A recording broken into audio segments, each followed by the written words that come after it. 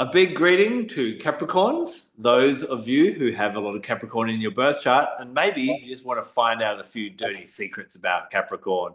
Well, this is the video for you when we dive into their personality traits, their medical astrology, and the essential oils and aromatherapy that coordinates with that. Joining me today is Liz, who's looking very sparkly for a Capricorn energy. How are you, Can Liz? you see my sparkles? I feel like I needed to introduce them into their very efficient, authoritative nature. We need a bit of sparkle. Yeah, I've spent a lot of time on the medical astrology, and I'm looking forward to revealing some thoughts I have about it. Now, I must admit, one of my best and longest term friends is a Capricorn. Capricorns, I guess some words we would use to describe them. They're practical, they're classic, they quite like tradition, which is very different. They're kind of like and very different to Cancerians, which are their opposing sign, and which both kind of like the past and possibly could cling to the past too much. But at the same time, they govern career and big world success and how your public persona is. And I also like to take that a little bit further. It's not just about your job and your work, but it's about your legacy and what will you be remembered by when you go. So when we're looking at what's in the Capricorn energy, we may ask those types of questions as well. But you do find that the Capricorns, they are very centered and practical and focused on what they want to achieve. Would you agree, Liz? Oh, wholeheartedly. And as a Cancerian, I can say that I find their energy quite difficult because I'm not a completer finisher. I mean, they are. You need them in your life, don't you? You know, they dot the i's, they cross the t's. I would say legacy is a great word. I would say foundations. They're very good. If you look at like a a Capricorn's piece of work, it's well researched. It's got good referencing. All of the structure and framework is immaculate. And yeah, if you were to give that same piece of work to a Cancerian be like talking all about the emotional side. It would be very nostalgic. But a Capricorn's all about absolutely. Let's look at structure. All almost a bit like the Romans, if you like, that we like to record things and we like things to be meticulous and things are arranged in a perfect way. But I also think when it comes to Capricorns are the grown-ups in the room. You know, they're very sensible people.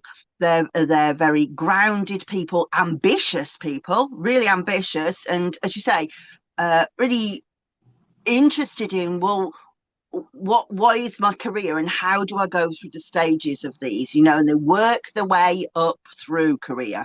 It's a really interesting sort of aspect to them. And then, of course, they are ruled by the planet Saturn, and Saturn sometimes is said to be about restriction. But I like to kind of look at it more about discipline. And Saturn really, like it's got its rings around it, keeps it on focus and on point and on goal. Capricorns are renowned for having that type of energy as well. Now, normally I talk about a couple of different oils that work really well with Capricorns. I'm going to shake it up a little bit this week, which is very un-Capricornian. But I'm going to give three oils that I think could be three different options that all kind of bring in this energy that we're talking about with Capricorn. So the first couple are big, big trees. They're big cypress trees, in fact, that give us oils from their wood. One from Canada, known as Arborvitae, and the other one from Japan, known as Hinoki. Now, what's really interesting about Arborvitae is that the oil is so thick in it that no insect will bore into it or eat into it, and even when it falls over and dies, then it still doesn't decompose for a long time because mold and different things won't grow on it. So Arborvitae is very much about ascending up to the heavens, growing to your full potential, and not letting anything distract you. We also see this in the strength of the Hinoki tree as well in Japan. They use Hinoki trees to build pagodas and temples and other important structures because one, it grows very straight and upright, and two, it's so hard wearing as well. So when we look at the wood, when we look at the tree, we look at the oil that is gifted from that wood, we get the same kind of attributes. Arborvitae, very strong, steady, focused, and I can't think of a better word for Hinoki, than Zen. It's very relaxed, peaceful, and unwavered. It just stays focused on that goal as well. Now, the third oil that you could bring in is basil. Like Liz was saying, Capricorns are very good at establishing a foundation, making sure that everything is done right. And for that type of focus, basil, which almost has the power of lightning and very precise and very particular, I think all these three oils kind of help to keep the Capricorns on task, focused, and really in their power of achieving what they want to achieve. And that seems to be their comfort zone as well. Ooh, there's a lot to unpack there, isn't there? So Arborvitae, Latin name, because I think there's lots of different Arborvitaes. Oh, you're testing me. Hold on. That's good. I've got 200 oils sitting behind me, and my goggles next to me. Thuja plicata. The Picanta. Yeah, so that's the red cedar. And that's actually the cedar of the totem poles, is it not? That's what they make those out of. And yeah, I think it is. I think I've actually got cedar on my list as well. I just think that it has this beautiful like attachment to understanding the lineage that you came from with the elders, and that really is a Capricornian thing, isn't it? Mm.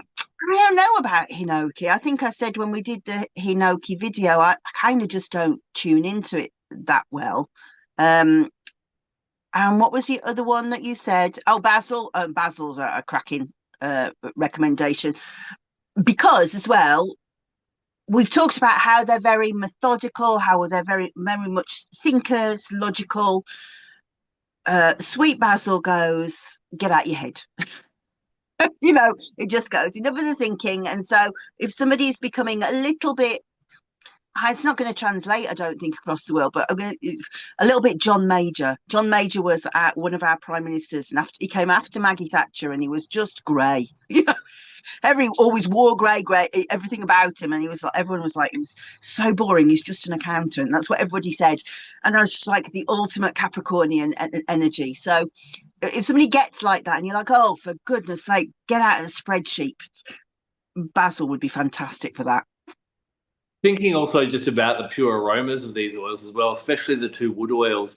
To describe Arborvitae, it's like you're walking into a woodworking kind of environment. So it's that real classic wood kind of aroma that you'd think of like nice furniture and classic furniture and that type of thing. And even Hinoki, we often think of the Japanese almost being Capricornian in a way that they are very structured and disciplined as well. So I think those oils especially really capture, from an aromatic point of view, that essence of Capricorn as well. Now, to look at when they become unbalanced, this is where we really look in the symbology and we get some really strong parallels in this. So the first one about Capricorn is they're known as the goat. And the goat, it's kind of walking up the hill or trudging up the hill, and it's going to get to the top of the hill or to the top of the mountain. The challenge we have to be careful with as a Capricorn is they don't get to the top of the mountain. They don't achieve that success, that career success. Maybe they've got the mansion, they've got the fast car, they've got all the money, and they've got no one to share it with. And in fact, I have found that Capricorns do seem to have a few less friends than the average person. And sometimes they are a bit renowned for being a little bit ruthless or selfish or trampling over other people. And I think a great Capricorn lesson is to learn that, we need to not just be the authority and the leader at the top, but we want to kind of bring in that more almost that Aquarian nature, which is the next sign along, to kind of, can we lift everyone up together? To counteract this, lemon myrtle is absolutely amazing. I know Liz is going to be rapt that I'm talking about an Australian oil because she doesn't always tend to have an affinity with them. But as an Australian myself, this is the oil of mateship. It is about getting rid of power struggles, which can be an issue for Capricorns as well. They like to be in power, and also can have some issues with authority. Capricorn is also associated with father and those kind of father figures or authority figures as well. Lemon myrtle helps us settle all that down to realize that, okay, sometimes someone plays a leader role or takes the lead, but it doesn't make them better than us. It just means they're playing that role today. Everyone has a different role to play. Just like the rainbow, no color is more important. They all are part of that beautiful rainbow. And lemon myrtle is a really nice one for bringing in that equality, washing away and brushing away power struggles so that the Capricorns can be a bit more inclusive, a bit more compassionate, and lift other people up on their way to success so they aren't at the top of the mountain looking around going, where is everyone? Oh, that's right. I trampled them in the past. I love that. Um, so actually, I would have used a slightly different oil for that, but very closely related and Australian. Thank you for, and that would be zest myrtle, another one of Greg Trevina's oils from Essentially All Australia. And is that what it's called? Is that what it's called? Essentially Australia. That's right. And yeah, just it has that brightness that kind of just goes, don't be so heavy. I love that oil. But I think that lemon myrtle is great. But number 2 on my list, I would say, for that. Very nice. Now, the interesting thing about Capricorns that not a lot of people give too much attention to, but they often go, oh, well, it's the sign of the goat. No, it's not. It's the sign of the sea goat. And when you look at the symbology, it's got the front half of a goat, but then it's got this big fish's tail. So this actually represents the emotional side of Capricorns. And although we may not see evidently that emotional side of Capricorns, they are renowned for being one of the signs that has really low self-esteem. If you have a Capricorn child or know a younger Capricorn, you may find that it takes them a little while to find their footing. But what happens, and this sounds a little bit sad as I describe it, but what drives Capricorns often is they have that low self-esteem, but maybe if they can make a success of their lives, then maybe it can prove to the world that they're worth something. And they actually can have work with low self-esteem as their driving force to go, I'll show the world that I'm of value, that I can become something, and that can drive that. It can be a key motivator deep within them because they just don't feel good enough. So they have to prove to the world that, look how good I bloody am in that way. If this is the case, it can work positively for them because it gives them drive. But when low self-esteem starts bringing out bad behaviors or bad traits or ruthless traits, as I mentioned before, I'd really lean into bergamot. Bergamot for me is my number 1 oil when it comes to self-esteem and self-worth. Very relaxing, but puts a smile on your face at the same time. And relaxed and smiling are probably not words that are traditionally associated with the very serious and very disciplined Capricorn. So I think bergamot might be a nice one to bring in to help counteract that low self-esteem that can drive them and can be a positive, but can also trip them up if it becomes too much of a problem. Yeah, that's in my notes actually to address that, but I see it slightly differently. I agree that it is a massive driver, this fear of failure and not being able to live up to their kind of like their vision of what the world is. And I would use spikenard for that because I think that it's really I see your side that you're like lift them, give a bit more spirit and whatever. But I think that in a lot of cases, it's a real fear. It's an incapacitating fear. And when I was contemplating that this morning, I thought how very interesting that if you think about that from a Myrophore perspective, we know that spikenard was used in a particular situation in the Bible, just before before the announcement that Jesus was going to be tried. And then it dawned on me, what sign is he? Oh, well, Capricorn, you're basing his birth on the 25th of December, yeah, yeah. which I would actually say most scholars say it's not. I would agree. I would agree, and I don't think that it is. But actually, when you're looking at it from like the facts of the text say this is when he was born. This is his birth sign, and so then for this idea that a woman who knew about oils came along and said, "You are terrified. You got to step into this like this role that's ahead of you." And what does she choose? She chooses a spikenard that's ruled by Saturn. I thought that was really interesting to notice that. Um, so yeah, I also think oils like fir and the conifers can be really helpful for that kind of. You need to kind of step into your lofty vision of what you are. Yeah. Mm.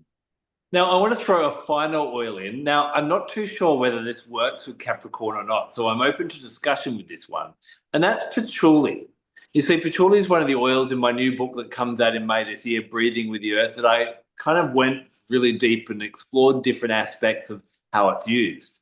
Now, in some ways, it resonates really nicely with Capricorns. It helps us to draw us into the present. It's very grounding, it's very earthy. It is also kind of a bit of a, it's got a long history, so it kind of sticks with that traditional aspect of Capricorns. But also, it's come to represent from the 1970s onwards. It was kind of associated with that hippie and that counterculture kind of approach to life, where we are fighting against the structures of the world, which is very anti-Capricorn. So I'd love to know your take on whether Capricorn, with its classic grounding energy, would work really well with this zodiac sign, or whether, because it has become a bit of a free love and challenging structures and breaking down structures, whether it would work against Capricorn, or maybe the fact that it dances between both would work really well with Capricorn, not to be too rigid, but not to be too free. Thoughts? I lost track of the question really. To me, it is a Saturn sign. End of. Yeah. Okay, fair enough. Yeah, it's just that counter culture or that counter structure that it's been associated with the free love and hippie kind of movement and the free love movement of 1970s. Kind of made me go, "Ooh, I don't know which side of Capricorn it belongs to," but I think Yeah. Capricorns would be good to work with. Yeah, interesting. I don't know is the answer to that. I don't know. Mm. Fair enough. Oh well, that's what the comment section is. We'll let the debate rage down there. I'm Elizabeth Ashley, UK Director for the National Association of Holistic Aromatherapy and founder of the Aromatic Mystery School, where essential oils meet the deeper, more mystical side of healing. Here you'll explore the spiritual, emotional and energetic dimensions of plants and learn how to weave them into your own rituals and well-being practices. If you're ready to work in a way that nourishes both your soul and your senses, join us at the Aromatic Mystery School. The link's right below. Now, last week we explored Sagittarius, and you were even alluding then to you had some juicy content that you wanted to share this week about which parts of the body and some extra things for Capricorn. So let's dive into that, shall we? Yeah. So in the Sagittarian episode, I was talking about how Sagittarius ruled the hips, the sacrum, and those joints. And there's definitely a crossover into Capricorn because Capricorn rules the skeletal system. But more it would be knees and joints, and actually the moisture of the joints and the integrity of the joints. So Cancer rules the synovial fluid, and so kind of this is the opposite side of the coin. And so quite often with Capricorn, also we've talked about how their personality can be really quite dry. It can be quite cold sometimes. And those would be conditions that you would consider within the medical astrology framework. So that the joints get dry, the skin gets very dry. Also, the other thing that it rules is connective tissue. And so they're really quite stiff and rigid people.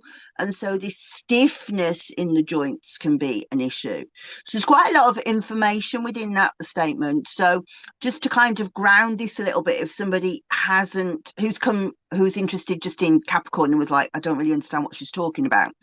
So first of all, if somebody has a lot of Capricorn in their birth chart, whether that would be a sun sign, a moon sign, a rising sign, or just like it lots in one particular house, there's a lot of Capricorn stuff going on, then they will have a natural propensity towards this. But also, when you're looking at somebody's birth chart, obviously you're looking at where their planets are in relation to how the planets move through the solar system on any particular time. And so what will happen is, like, I don't know, so let's say 1st of March, for example, something's coming into alignment and it comes into a difficult conjunction or opposition with one of your signs, then you'll find that potentially you'll be able to say, oh, I wouldn't be surprised if you started to have problems within your knees, your joints, your skeletal system, and also, actually, I should say, teeth. So I'm going to sort of approach this a little bit differently to how I normally do, rather than just going straight into what oils, because one of the I've talked about is dryness in the joints, but also another problem that they will have is problems with calcium absorption, which is through the parathyroid gland, and also brittle bones. So I want to talk first of all about the importance of inhaling essential oils for people in this situation, because there is more and more evidence that inhaling certain essential oils actually will help to increase oxytocin in the system. And even in people who are postmenopausal, incidentally, the experiments are done on postmenopausal women. So this is when they're getting brittle bones, their skin is getting dry, their body's getting dry, they're kind of taking on a Capricornian energy, if you like. But also, when it's proven that when the oxytocin does raise, then that really helps brittle bones, osteoporosis. So oxytocin is involved in so many different things, so many different ways to go off, but brittle bones in particular. And what's interesting about this research is it's actually done from an osteoporosis point of view, that it was like, if we can raise oxytocin, can we improve osteoporosis? Yes, we can. And then going back and going, okay, if we can raise oxytocin, can we do it by inhaling essential oils? Yes, we can. So you have to like follow the thread to what they were trying to do. And so there was actually loads and loads of essential oils that they were using. But if you were to make it a really easy way of looking at it, you would say flower oils. So the ones that, so for example, think about rose, for example. It's like the archetypical moisturizing, how good it brings like hydration. You can see, oh, okay, that's really going to affect the synovial fluid within the tissues as well. So I would say, rather than getting bogged down in the different essential oils themselves, which I will go into, I would say, if you have this situation, start thinking, right, I'm going to make a routine for inhaling essential oils. And the next aspect of that is, I think, the other thing that's kind of connected to aromatherapy but doesn't sit right in the middle of it is CBD.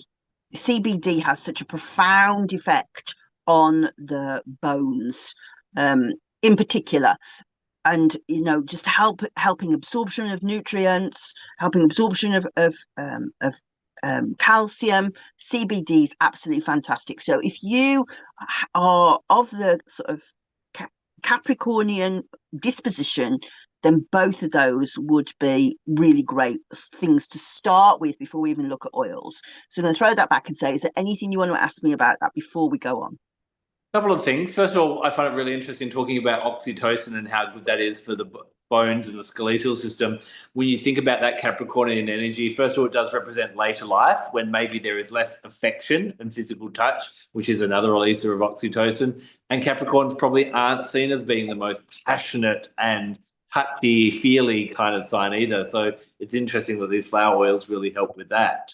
The other thing is you mentioned CBD oil. We've done a whole video on Copaiba before, which has similar effects. Would that be a substitute in this case of CBD or not quite? No, no. Copaiba works through the CB2 receptor, which works on pain, inflammation, and immunity. CBD does a different thing. It works specifically on the bones themselves. Got you. Not a problem. Awesome. What else you got for us?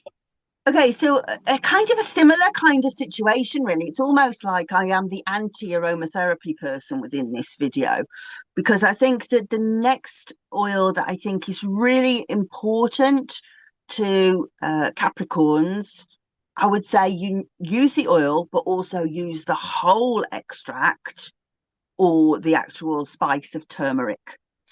So we've talked about how there is this problem within the joints when you have a Capricornian energy, and how the joints themselves can actually dry out, and it can really be problematic with things like arthritis, particularly rheumatoid arthritis. That's a specific within the Capricornian medical astrology archetype. And there is a particular hormone which sounds like it's related to the parathyroid, but it isn't. I don't really know why it's called that. Called parathyroid hormone related protein. And what it does, so presumably it's something to do with the way that you can't process calcium, because that is executed through the parathyroid. But this is a really important protein when to do with the breakdown of the joints in rheumatoid arthritis.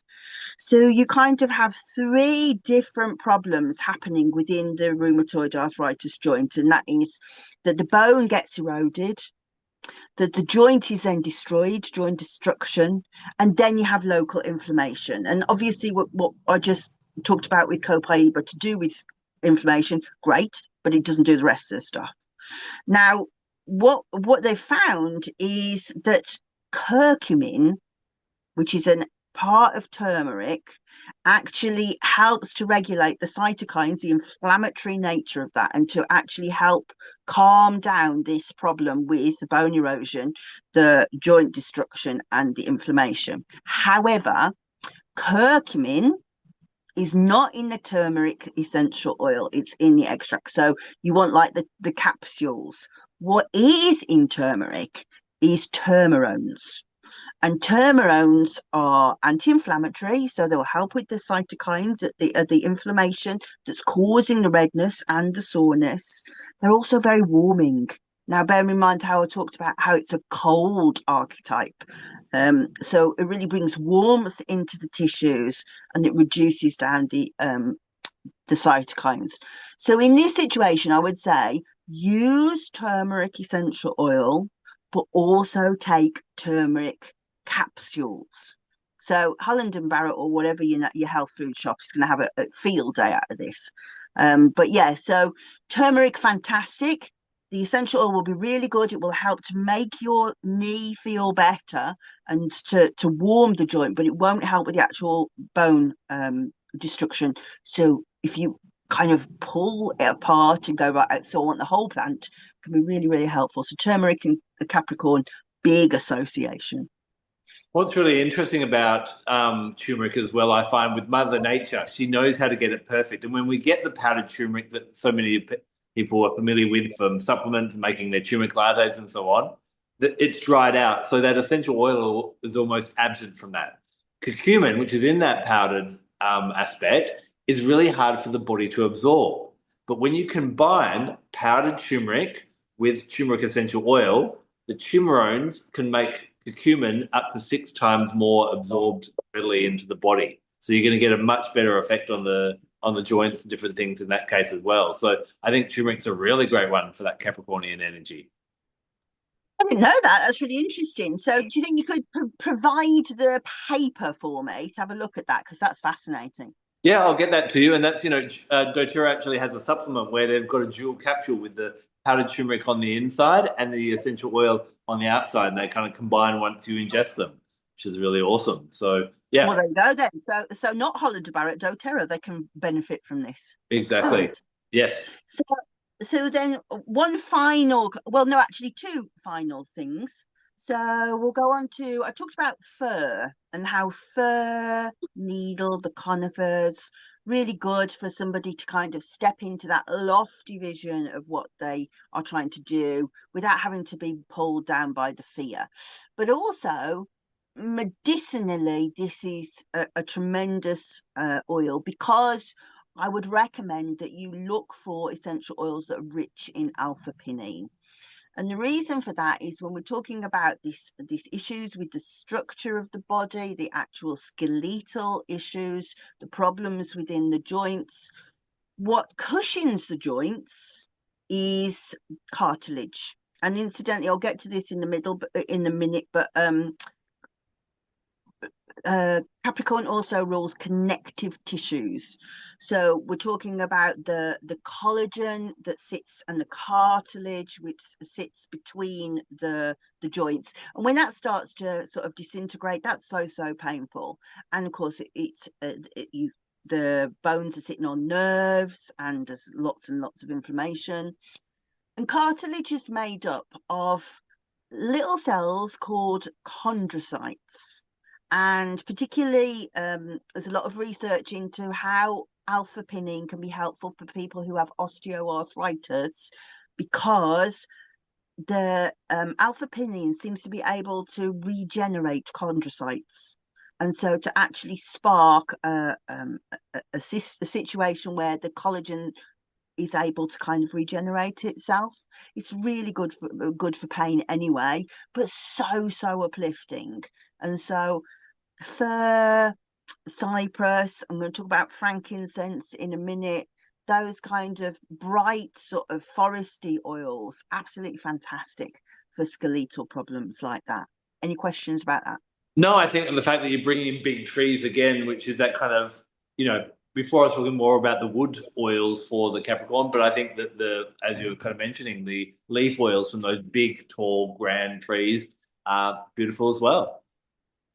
Yeah, and so finally, just frankincense. Frankincense. I like to think that after I talked about the spikenard for Jesus, the wise men bought him some frankincense because maybe they wondered what his joints would be like, especially maybe when he was stretched out on the cross, bless him. The connective tissue really takes a bashing. And so frankincense is really good for restoring elasticity. And remember, I said that they are dry and stiff. So it will restore elasticity. So tendons, cartilages, muscles, all of those kind of, when they get stiff, we attack from a Capricornian angle of going in with frankincense. When it comes to astrology, sometimes people can go, oh, there's good signs and there's bad signs, and I've got a good chart or a bad chart. But basically, the beauty about astrology is that everything is just different, and we need all of them. So I'm going to ask you a question, Liz, and I'm going to actually answer it first. I feel today we may have given Capricorn a bit of a hammering and not been as friendly as we have been with other zodiac signs. So my question to both of us is, why does the world need Capricorns? For me, I feel that they're really important, especially in this day and age. We live in a world with so much chaos, so much uncertainty, so much distraction, and leaning into that Capricorn energy helps us to make sure that we remain focused on what we're here to achieve. We don't get caught up in all the bright lights and the glittering things that are vying for our attention as well. And it also makes sure that we make our life count. There's that beautiful poem or saying that talks about that there's a year we're born and the year we die, and on our tombstone, there's a dash in between. And that dash represents our whole life. And I think Capricorns remind us that, hey, make sure you achieve something and make a difference in the world, not just for yourself, but for other people as well. So I think leaning into Capricorn energy, leaning into the Capricorns in the world and taking a bit of a lesson from them can be really valuable. What about yourself? Well, I think that you hit the nail on the head, and I think at the moment we're living in a time when we can really see day to day what it looks like when people do not obey the rules, and that it is that we're all horrified. You know what we're seeing in the news is these people who have just decided rules don't apply to us. Well, rules are important. Rules are boundaries, rules are structure, rules are foundation. They are what holds civilization together. So the Capricornian people who bring that energy of just like grounding us, holding us in like a more rigid structure, I think are profoundly important. Yeah. We'd love to know what you think of Capricorn, so please keep the conversation going below the video. And maybe you've got some other insights or some other essential oils that you think resonate really beautifully with Capricorn.